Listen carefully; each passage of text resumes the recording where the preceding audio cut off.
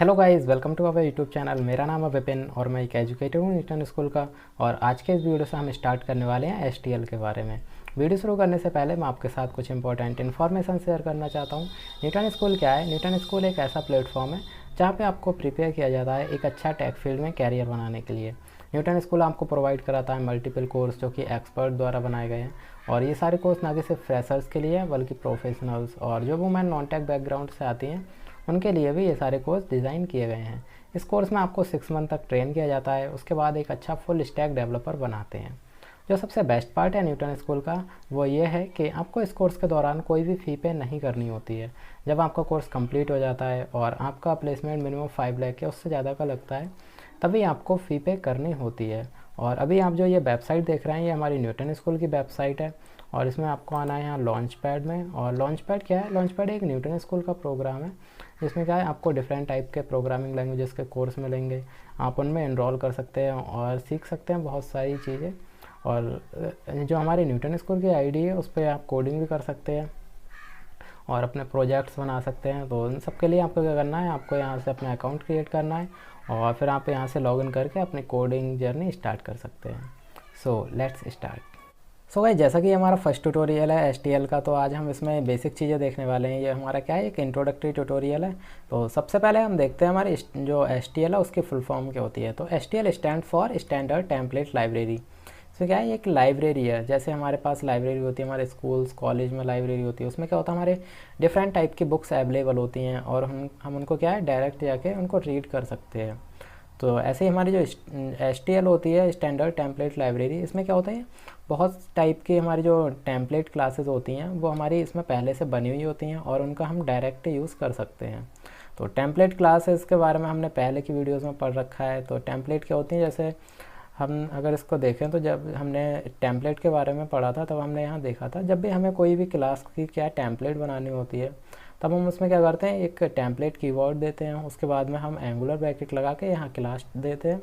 फिर हम एक यहाँ पे कीवर्ड देते हैं, इसकी जगह आप कुछ और भी दे सकते हैं, जैसे यहाँ टी दिया है।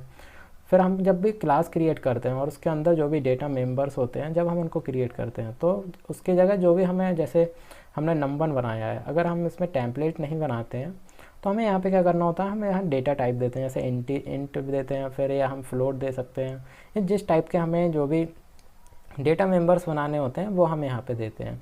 तो लेकिन जब हम टेम्पलेट का यूज़ करते हैं तब जो हमने यहाँ पे कीवर्ड दिया है वो हम यहाँ पे देते हैं।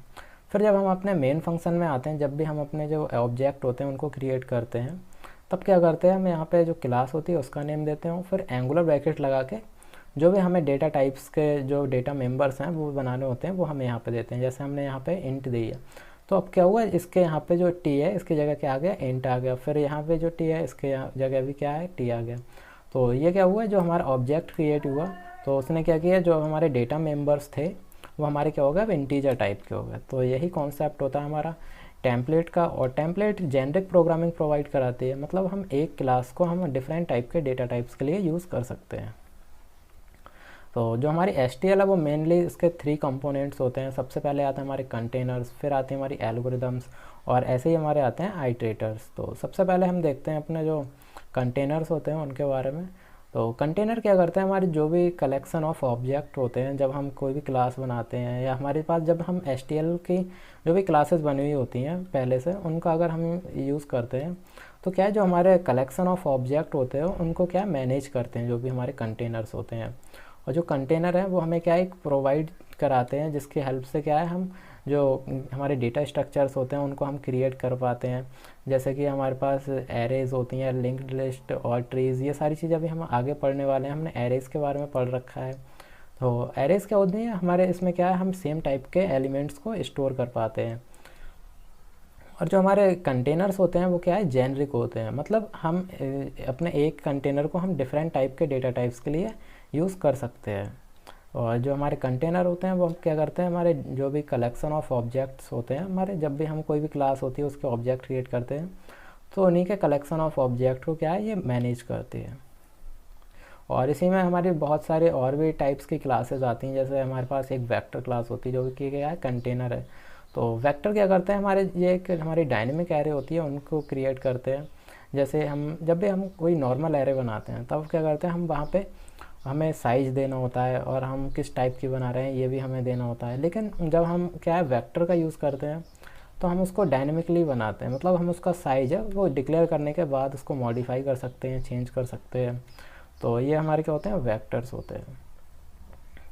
फिर आते हैं हमारे पास एल्गोरिदम्स। अब एल्गोरिदम क्या करती हैं, जो भी हमारे कंटेनर्स होते हैं उनके ऊपर वो एक्ट करते हैं। मतलब हमारे जो कंटेनर होते हैं वो क्या करते हैं, हमारे ऑब्जेक्ट को स्टोर करते हैं, और जो एल्गोरिदम्स होती हैं वो उन पे क्या है, ऑपरेशंस करती हैं। मतलब उन पे वो और भी जो भी हमें कुछ भी कराना होता है, जैसे अगर हमारे पास एक एरे है और उसमें हमें क्या है सॉर्टिंग करना है या हमें सर्च करना है किसी एलिमेंट को, तो क्या करेंगे हम एल्गोरिदम्स का हम यूज़ कर सकते हैं। अगर हम एसटीएल का यूज़ नहीं करते हैं तब हमें क्या करना होता है, हमें पूरा कोड लिखना होता है। जैसे अगर हम किसी कोई एरे दी हुई है हमें, अब हम उसमें क्या एलिमेंट्स को सॉर्ट करना चाहते हैं, मतलब इंक्रीजिंग ऑर्डर में या डिक्रीजिंग ऑर्डर में, तो हमें क्या पूरा कोड लिखना पड़ेगा। लेकिन जब हम एसटीएल का यूज़ करते हैं तो उसमें हमारी जो लाइब्रेरी होती है उसमें पहले से ही एल्गोरिदम्स बनी हुई होती हैं, तो हम उनका क्या है डायरेक्ट यूज़ कर सकते हैं।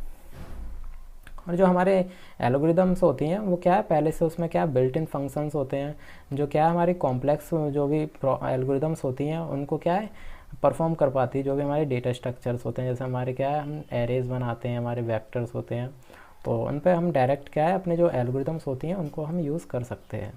और जो हमारे एल्गोरिदम होती हैं वो क्या है हमारे डेटा एब्स्ट्रैक्शंस प्रोवाइड कराती हैं। डेटा एब्स्ट्रैक्शन जैसे हमने ऑब्जेक्ट ओरिएंटेड प्रोग्रामिंग के ट्यूटोरियल्स में देखा था कि एब्स्ट्रैक्शंस का मतलब क्या होता है, हमें मतलब वो उसके पीछे का जो भी लॉजिक होता है वो हमें शो नहीं होता है। जैसे अगर हम इसका एग्जांपल देखें तो जब भी हम जैसे कार या कुछ भी चलाते हैं या बाइक चलाते हैं, तो जो हम एक्सीलरेटर अपना खींचते हैं तो क्या होता है हमारी स्पीड होती है वो इंक्रीज़ हो जाती है। लेकिन जो हमारे उसके पीछे का जो भी मैकेनिकल लॉजिक लगा हुआ होता है वो हमें समझ में नहीं आता, हम क्या है डायरेक्ट उसको यूज़ कर पाते हैं। ऐसे ही अगर हम फ़ोन का यूज़ मतलब एग्जांपल लें तो हमें कोई भी अगर हमें कुछ भी ओपन करना है, लाइक अगर हमें कुछ गूगल करना है तो हम डायरेक्ट गूगल के जो भी हम आइकन होता है उस पर हम क्लिक करते हैं और वो हमारा क्या है फंक्शन ओपन हो जाता है। तो इसके जो पीछे की चीज़ें होती हैं वो हमें शो नहीं होती हैं।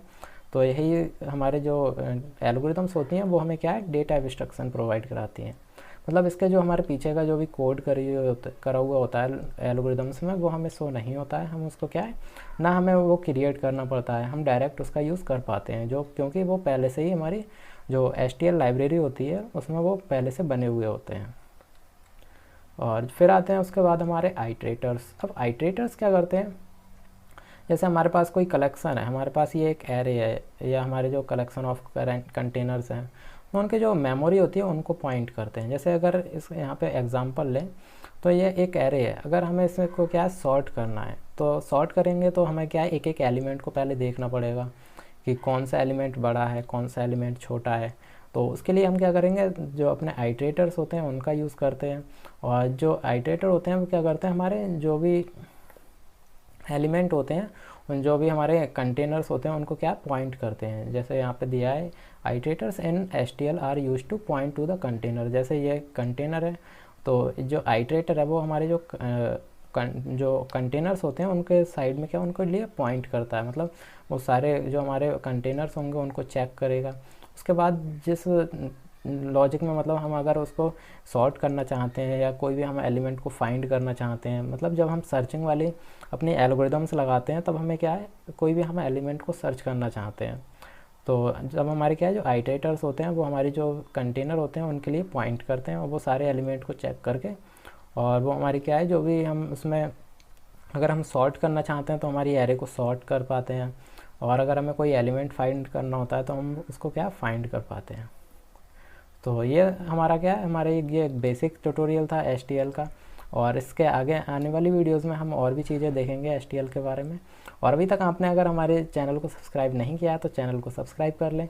और जो हमारे टेम्पलेट्स के बारे में हमने देखा था और ऑब्जेक्ट ओरिएंटेड प्रोग्रामिंग और वो सारी चीज़ें अगर अभी आपने नहीं पढ़ी हैं तो चैनल पर जाके आप देख लें, वहाँ मैंने पूरी प्लेलिस्ट बना रखी है और वहाँ से आप बिल्कुल स्टार्टिंग से सीख सकते हैं।